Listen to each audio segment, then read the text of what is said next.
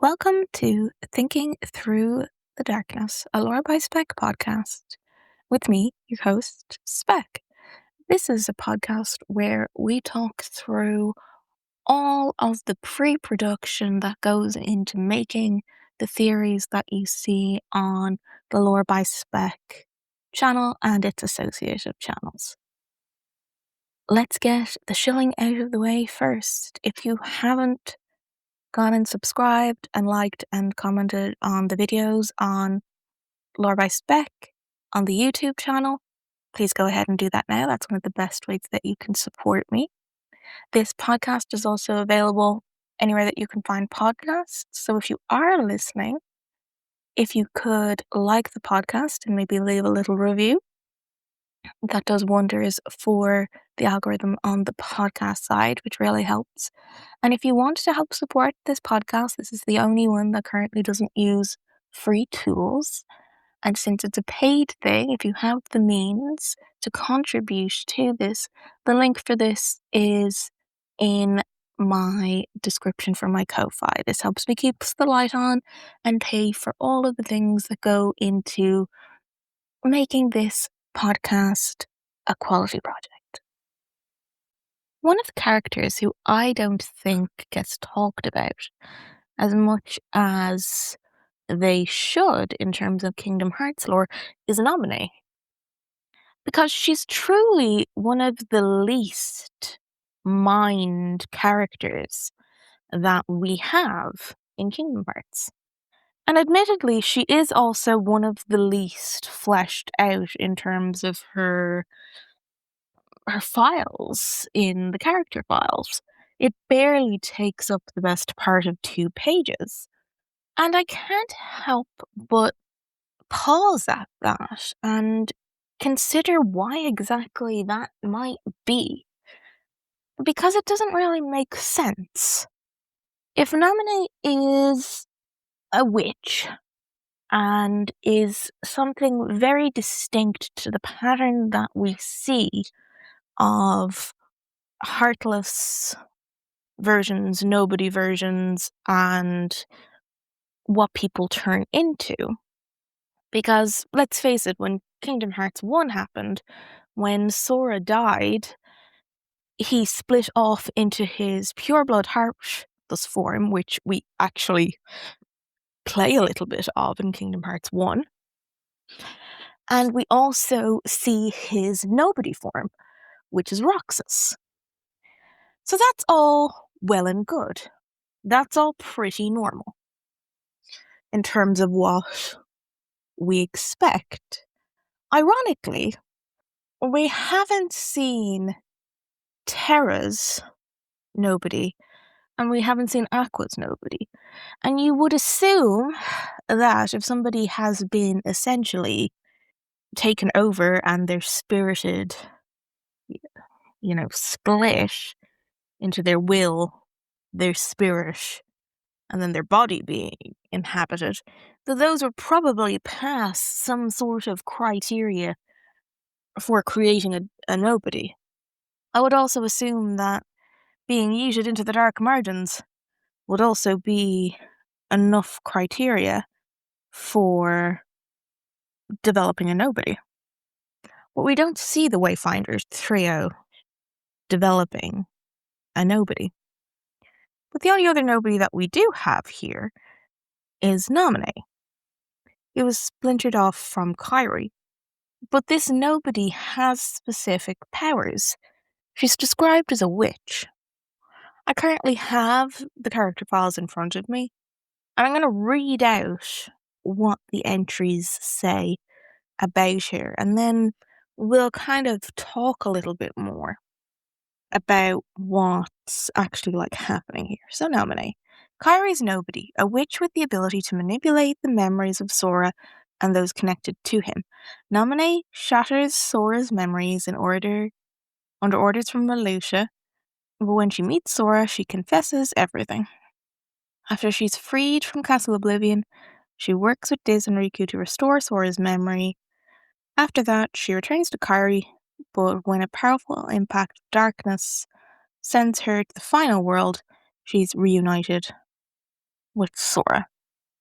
Naminé interferes with Sora's memories under Marluxia's orders, but unable to bear the guilt, she confesses everything to Sora and then she promises she will return Sora's chain of memories to normal. Naminé explains Shion's existence and memories to her. Shion resolves to return to Sora and she asks Naminé to watch over Roxas when she's gone, to which Naminé agrees. Knowing Roxas will return to his real self just like her, Naminé fervently calls out to him saying that she knows that they'll meet again and then they can talk about everything. Naminé is convinced that no one misses her, but Sora promises that the person who wants to see her the most won't let her down. Naminé traces her connection with Terra in order to change the Guardian's fate and defeat.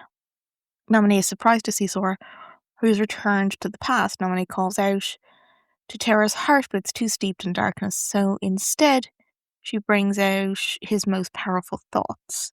Within lingering will, Naminé tries to call out to Terra's heart, but Terra's rage is too strong and he doesn't respond. Sora tells her to leave the place and wait.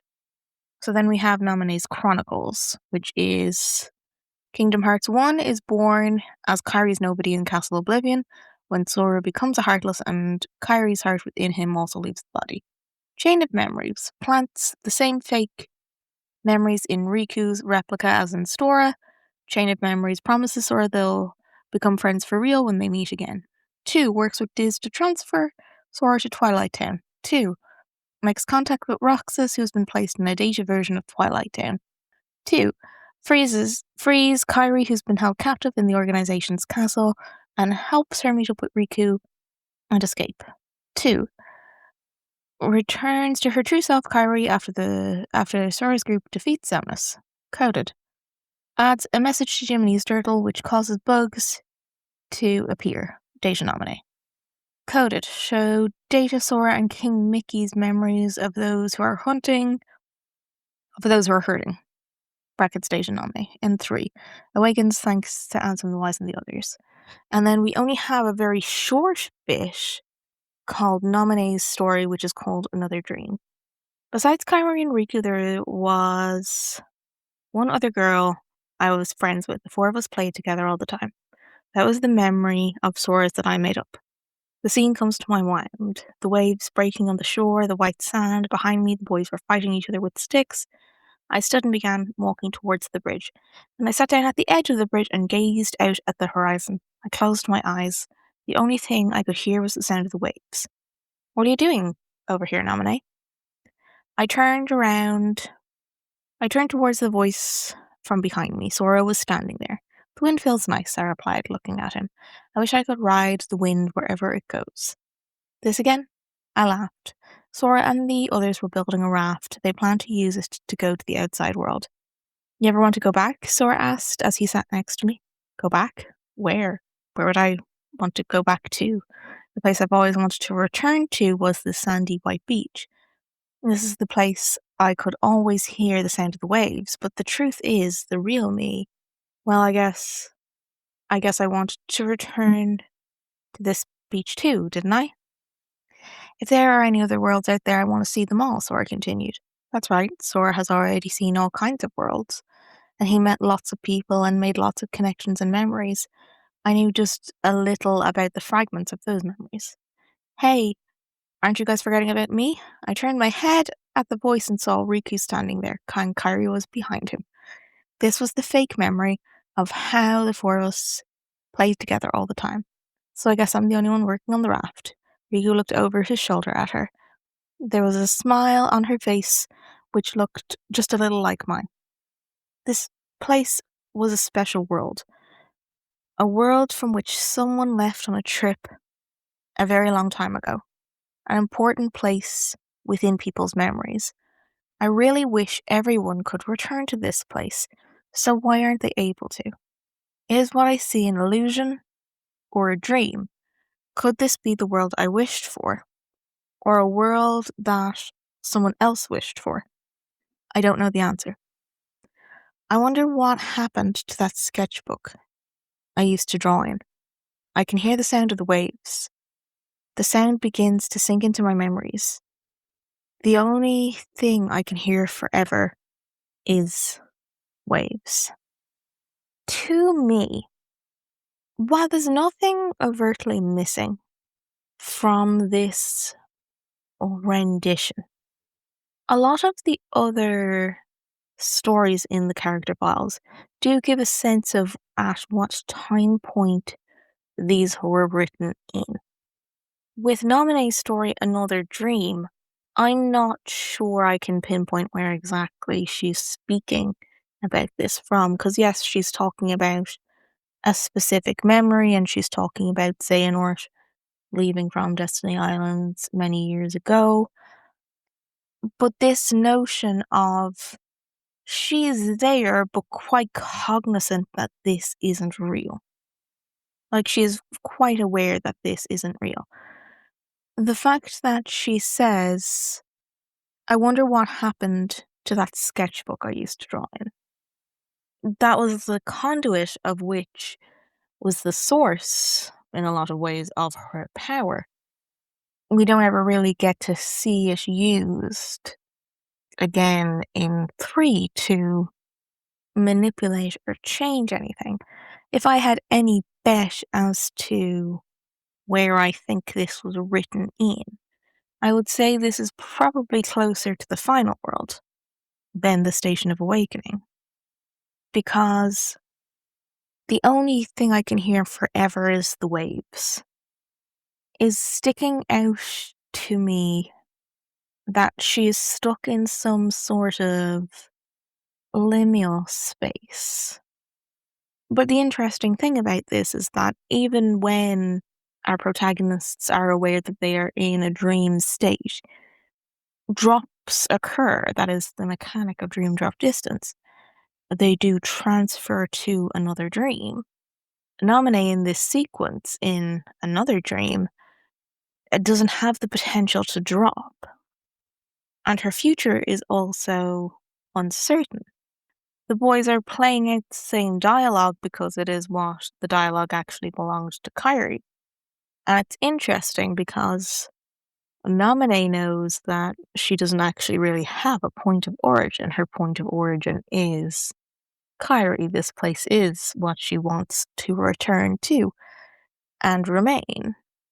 But she actually doesn't interfere with any of the plans of them making the raft to go outside to the outside worlds. I think her function in 3 doesn't get analysed as much as it should. Because once again, it is ultimately Naminé who saves the day here by her facilitating an ability to call out to Terra. What it's even more interesting to me is that it says specifically that Naminé is surprised to see Sora, who has returned from the past. In that state, Kyrie should still be together. Because the whole point was to subvert the events that causes her to get crystallized from Xehanort, right?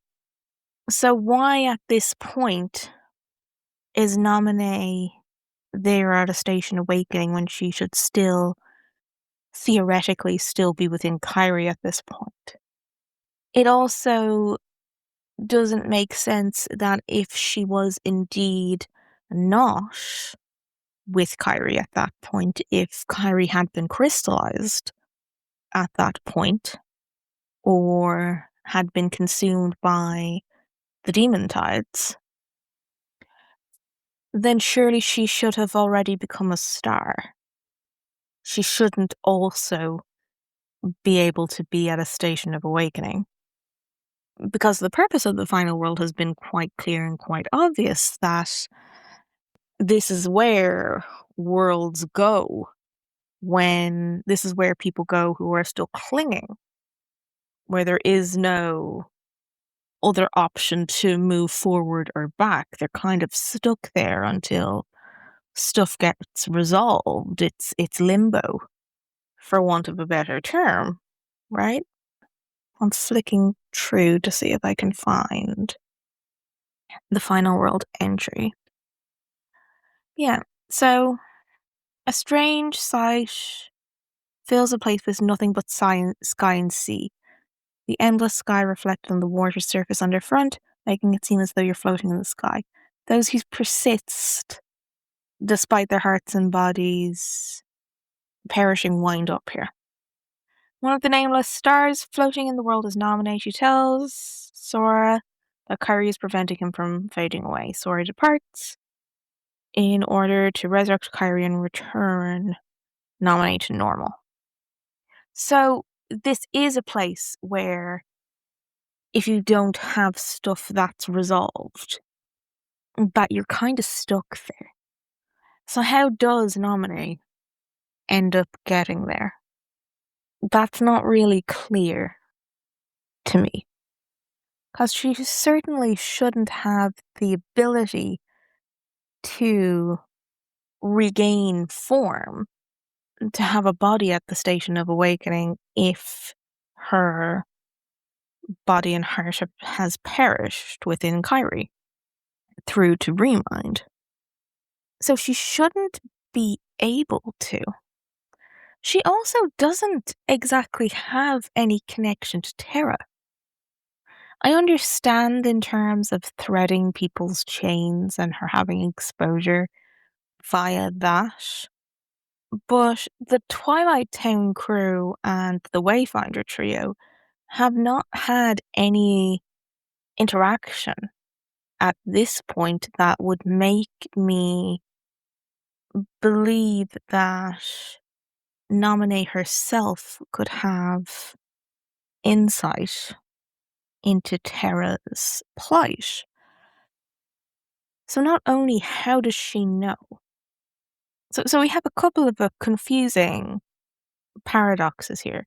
How can she simultaneously be the Nameless Star in 3 at the end of the Keyblade Graveyard, but by the time Remind comes around and he goes back in time, when Kyrie is probably at some stage of disappearing / not being whole, whatever you want to describe it, being crystallized. How is she whole in Remind? And since Terra coming in to challenge Terra Xehanort, specifically I suppose it's Lingering Will coming in to challenge Terra Xehanort, facilitates the new loop to occur. Without Lingering Will, we have seen what that outcome turns out to be. So, Lingering Will is arguably truly essential to the success of the second iteration, of the second loop around. So, how exactly does Naminé manage to do that?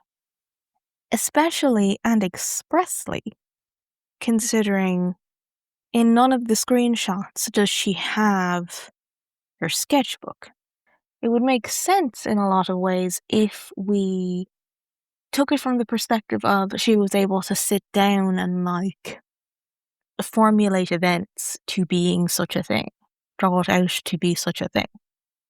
But unless I'm missing something or forgetting something, I don't believe that there is a connection there at that point, because certainly Sora wouldn't have had any direct connection with Terra, or arguably any of the Wayfinder Trio, until the earliest, which is 3. And, at this point, does Sora actually know what Terra looks like? At this point? I don't think he does. I don't think he actually knows what Terra looks like until the Keyblade Graveyard, until he actually fully comes to. So the script is kind of just making a jump there. It's not as if any of them have a photo to show to be like, hey, if you see this person, this is Terra. That's just his armor that's arguably possessed most of the time. Don't worry about that. But he wouldn't have had any sort of knowledge that that was Terra or know who Terra was. Unless we're counting that the only connection that Sora has is through Lingering Will. But I'm thinking of all the sentient armor we see throughout the series, specifically in like Traverse Town and stuff, and I'm like, would Sora really be bothered at this point that just another sentient piece of armor has come to attack him? Like, would he connect the dots to think that that's Terra? Probably not. And I can understand how the chains down the line would then get to Naminé because it gets to Kairi, right? But that's still quite loosey-goosey, right? You're kind of being a little bit wibbly in that, in terms of like how that feels like a stretch to me. But I think that's interesting. That's an interesting proposition, that how can both exist in the same way? And more interestingly than that, Naminé is at the final world telling Sora that Kairi is the one holding him in place. But her star is not there.